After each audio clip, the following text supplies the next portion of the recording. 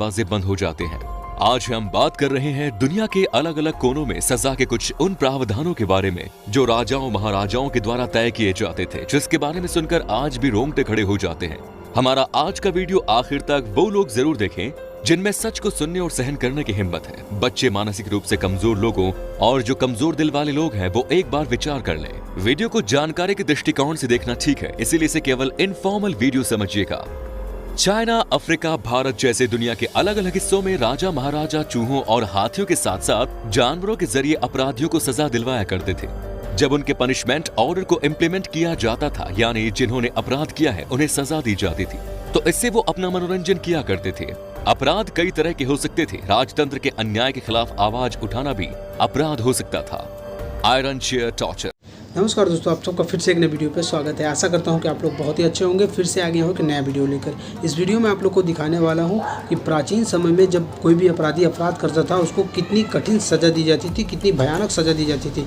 आज के समय में अगर हम देखें कोई अपराधी अपराध करता है तो उसको जेल में डाल दिया जाता है और उसको सज़ा सुना दी जाती है और वो जेल में पड़ा रहता है जितने साल की उसको सज़ा होती है। लेकिन क्या आप लोगों को पता है कि प्राचीन समय में जब कोई भी अपराधी अपराध करता था उसको कितनी भयानक सज़ा दी जाती थी। उसकी सज़ा सुनने के बाद ना आपकी रूह कांप जाएगी। प्राचीन समय में इतनी खतरनाक सजाएं होती थी जिससे इंसान पहले ही डर के मारे जितना भी सच रहता था सब बता देता था। आप लोग इस वीडियो में देखिए किस भयानक तरीके से प्राचीन समय में सजा दी जाती थी इंसानों को। आप लोग इस वीडियो को देख के आप लोग का रूह कांप उठेगा। तो आप लोग वीडियो में लास्ट तक बने रहिएगा और अगर चैनल पर नए हो तो चैनल को प्लीज़ सब्सक्राइब कर देना। और ये वीडियो जहाँ से मैंने लिया है उस चैनल का नाम है रिवीलिंग आइज, तो आप लोग जाके इनके चैनल को प्लीज़ सब्सक्राइब कर देना। इस वीडियो का लिंक आप लोग को डिस्क्रिप्शन में मिल जाएगा और इस वीडियो का पूरा क्रेडिट उन्हीं को जाता है। तो चलिए शुरू करते हैं। दरवाजे बंद हो जाते हैं। आज हम बात कर रहे हैं दुनिया के अलग अलग कोनों में सजा के कुछ उन प्रावधानों के बारे में जो राजाओं महाराजाओं के द्वारा तय किए जाते थे, जिसके बारे में सुनकर आज भी रोंगटे खड़े हो जाते हैं। हमारा आज का वीडियो आखिर तक वो लोग जरूर देखें जिनमें सच को सुनने और सहन करने की हिम्मत है। बच्चे, मानसिक रूप से कमजोर लोगों और जो कमजोर दिल वाले लोग हैं वो एक बार विचार कर लें। वीडियो को जानकारी के दृष्टिकोण से देखना ठीक है, इसीलिए इसे केवल इनफॉर्मल वीडियो समझिएगा। चाइना, अफ्रीका, भारत जैसे दुनिया के अलग अलग हिस्सों में राजा महाराजा चूहों और हाथियों के साथ साथ जानवरों के जरिए अपराधियों को सजा दिलवाया करते थे। जब उनके पनिशमेंट ऑर्डर को इम्प्लीमेंट किया जाता था, यानी जिन्होंने अपराध किया है उन्हें सजा दी जाती थी, तो इससे वो अपना मनोरंजन किया करते थे। अपराध कई तरह के हो सकते थे। राजतंत्र के अन्याय के खिलाफ आवाज उठाना भी अपराध हो सकता था। Iron chair torture. ऐसे अपराधी जो अपराध करने के बाद अपना गुनाह छुपा ले जाते हैं, उनसे पूछताछ के लिए इस आयरन चेयर या चाइनीज चेयर का इस्तेमाल किया जाता था। देने का ये तरीका डेंजरस है, उतना ही अमानवीय भी। एक ऐसी कुर्सी थी जिसमें बैठने के साथ साथ पीछे टिककर बैठने जाने के बीच वाली जगह हाथ रखने की जगह पर नुकीले लॉक वाली पीतल की कीलें लगी थी, जिनका साइज छोटा और बड़ा रखा गया था। जब किसी व्यक्ति को पूछताछ के लिए गिरफ्तार करके लाया जाता तो उसे इसी चेयर पर बैठा दिया जाता था। इसके बाद नीचे से आग लगा दी, कीलें गर्म होती और उस आदमी के शरीर को पकाना शुरू कर देती। उसे जब तक बैठा कर रखते थे जब तक कि वो सच्चाई न बता दे। अगर वो व्यक्ति निर्दोष होता था तो उसे छोड़ भी दिया जाता था। लेकिन आप समझ सकते हैं ऐसी एक चेयर में 500 से लेकर 1500 सीटें होती हैं और बैठने के बाद किसी का जिंदा बच पाना बहुत मुश्किल है। Next is brazen bull. प्राचीन ग्रीस में सजा देने का ये तरीका अपनाया डेंजरस है, उतना ही दिल दहला देने वाला भी। इसमें ब्रोंज मेटल का एक बहुत बड़ा सा बैल होता था जो ऊपर यानी अपनी पीठ की तरफ से खुल जाता था। अपराधी को पकड़कर इस बैल के भीतर रख दिया जाता था, फिर नीचे से आग लगा दी जाती थी। अब आप समझ सकते हैं कि भीतर पहुंच चुके इंसान की क्या हालत होती थी। जब उस इंसान की चीखें निकलती थी तो इस बैल के मुंह में कुछ ऐसी डिवाइस लगी थी कि उसकी चीखें किसी म्यूजिकल इंस्ट्रूमेंट से निकलने वाली आवाज की तरह सुनाई देती थी। आदमी के जलने से जो धुआं निकलता था उसमें बदबू ना हो इसके लिए कुछ सुगंधित परफ्यूम जाता था, जिससे कि वहां से निकलने वाला धुआं खुशबूदार रहे। जिस व्यक्ति ने इसकी खोज की थी उसने जब इसे राजा के सामने रिप्रेजेंट किया तो उसे लगा कि राजा फेलारिस इसे नाम देंगे, लेकिन राजा ने तो सबसे पहले इसे ही उस बैल के भीतर डाल दिया। जब वो मरने लगा तो उसे राजा ने बाहर निकाल लिया, लेकिन बाहर निकालने के बाद भी उसे मरवा दिया। इसे ब्रॉन्ज या सिसिलियन बुल भी कहते हैं। एक जंग के दौरान प्राचीन ग्रीक का राजा फेलारिस हार गया और उसे टेलमैथिस ने हराया था। उसने हारे हुए राजा फेलारिस को भी ब्रॉन्ज बुल की सजा दी। ड्यूडोरस सिकोलस की एक पुस्तक बिब्लियोथीसा हिस्टोरिका के अनुसार सजा के इस तरीके की खोज ग्रीक कलाकार फेरिलियोस ने की थी। Next is rate torture. इस सजा की शुरुआत 17वीं शताब्दी में रोम में हुई थी, जहां यूरोप में डच नेता डिडरिक सो ने कैदियों को सजा देने के लिए इस तरह के खतरनाक तरीके की शुरुआत की थी। ये एक ऐसी सजा थी जिसमें चूहे का इस्तेमाल बड़े ही खतरनाक तरीके से किया जाता था। अपराधी को बेंच पर लिटाकर उसके हाथ पांव बांध दिए जाते थे और फिर उसके पीठ के ऊपर एक लोहे का पिंजरा रख दिया जाता था।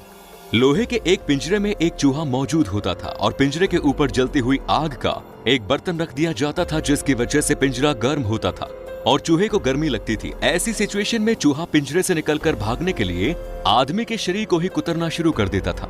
एलिजाबेथ ड्यूक की रोमन कैथोलिक नामक राइटर ने यह आरोप लगाया कि टावर ऑफ लंदन के नीचे थेम्स पूरी तरह से अंधेरा कमरा है। बारिश के दिनों में जब नदी का पानी ऊपर आता है तो चूहे भागकर इसी कमरे में आ जाते हैं। कैदियों को सजा देने के लिए इसी कमरे में बांध दिया जाता था। बाद में कैदियों से सच उगलवाने के लिए भी इसी तकनीक का इस्तेमाल किया जाने लगा। चूहों द्वारा कुतरकर मारे जाने की भयानक सजा से डरकर अक्सर अपराधी झूठ बोलने की हिम्मत नहीं कर पाता था। Next is milk and honey scepticism. ये सजा पर्शियन एम्पायर में दी जाती थी। 5वीं शताब्दी में पर्शियन एम्पायर में 2 भाई आपस में राज सिंहासन के लिए युद्ध लड़ रहे थे। ये घटना 401 बीसी की है, जहां बड़ा भाई ऑरेसिस और छोटा भाई साइरस युद्ध के मैदान में आमने सामने थे। ये लड़ाई क्यूनाक्शा में हो रही थी। इस लड़ाई में मिथिडीस नाम से एक ऐसा सैनिक लड़ रहा था जिसने गलती से अपने ही राजा साइरस की हत्या युद्ध के मैदान में कर दी। इस प्रकार इस युद्ध में ऑरेसिस की जीत होती है, मगर वो अपने ही राजा को मारने वाले सैनिक से कहता है कि वो दुनिया को कभी ये ना बताए कि सैनिक ने साइरस राजा को मारा है, बल्कि ये कहे कि ऑरेसिस ने ही राजा को मारा है। वो सैनिक ऐसा ही करता है, लेकिन एक दिन नशे की हालत में उस सैनिक के मुंह से सच्चाई निकल जाती है और दुनिया को पता चल जाता है कि साइरस को राजा ने नहीं मारा बल्कि उसने खुद ही मारा है। इसके बाद तो उसे सैनिक की शामत आ जाती है।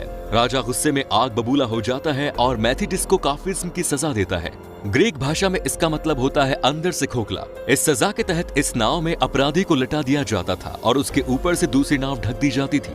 अपराधी का सिर बाहर होता था, इसके साथ ही उसके दोनों हाथ पांव भी बाहर होते थे और ऊपर वाली नाव अपराधी के ऊपर रख दी जाती थी। ऐसा इसलिए किया जा रहा था कि अपराधी निकलकर भाग न जाए। उसे सूरज की रोशनी में रखा जाता था। इसके बाद अपराधी के शरीर के ऊपर शहद और दूध मिलाकर गिराया जाता था, जिससे उसके शरीर पर मिठास चिपक जाती थी और साथ ही उसे शहद और दूध भी पिलाया जाता था, जिसकी वजह से उसके शरीर से मिठास की गंध फैलने लगती है और कीड़े मकोड़े उसकी तरफ अट्रैक्ट होते हैं। ये मक्खियां, कीड़े मकोड़े, चूहे गुनहगार को घेरकर उसके शरीर को खाना शुरू कर देते थे। इस तरह उस व्यक्ति को कई हफ्तों तक दूध और शहद का घोल पिलाकर जिंदा रखा जाता था। इस सजा के बारे में आज से 950 साल पुराने एक किताब प्लूटार्थ लाइफ ऑफ आर्थाजेर्स में मिलता है। मिथ्रिडीज को भी यही सजा मिली और वो इस तरह के दौरान 17 दिनों तक सरवाइव कर पाया और आखिरकार उसकी मौत हो गई। उसकी मौत ब्लड में पॉइजन आ जाने से बताई गई। उसके ब्लड में ये पॉइजन कीड़ों की वजह से आया था। पर्शियन एम्पायर ने इस सजा की शुरुआत की थी, लेकिन उसके बाद से बहुत से राजाओं ने अपने स्टेट में इस तरह की सजा को लागू किया। एम्पायर का एडमिनिस्ट्रेशन लगभग 220 सालों तक चलता रहा और इस दौरान कितने लोगों को ये सजा दी गई, इसका कोई फिगर नहीं मिलता। Next is lynching. सजा देने का ये तरीका चीन में इस्तेमाल किया जाता था। इसमें अपराधी के शरीर को हजारों बार अलग अलग जगहों पर काटा जाता था, लेकिन उसके शरीर पर ये कट ऊपरी तौर पर लगाए जाते थे। लीची शब्द 3री शताब्दी की एक किताब जुनसी के 28वें चैप्टर के एक लाइन में इस्तेमाल किया गया। 3 चरणों में दी जाने वाले इस सजा के पहले चरण में गुनहगार को एक सार्वजनिक स्थान पर बांध दिया गया, जिससे कि सभी लोग उसे देख सके। इसके बाद एक धारदार चाकू से उसके शरीर पर धीरे धीरे कट लगाया जाता था। चाइनीज लोगों का मानना था कि गुनहगार को इस तरह टुकड़ों में सजा देने से उसकी आत्मा कम मरने के बाद भी संपूर्ण नहीं होती। कई बार इस सजा को 3 दिनों तक दिया जाता था। इसमें गुनहगार के शरीर पर 3000 से ज्यादा कट लगाए जाते थे और उसके शरीर के अंगों को धीरे धीरे निकाल लिया जाता था। बाद में गुनहगार के शरीर के अंगों को दवाई के रूप में बेचा जाता था। यदि गुनहगार के परिवार पैसे वाला हुआ तो वो घूस देकर अपराधी को एक ही बार में मरवा देता था। लीची को पहली बार सन 1890 में कैमरे में रिकॉर्ड किया गया और ये काम विलियम आर्थर कर्टिस ने किया था। हालांकि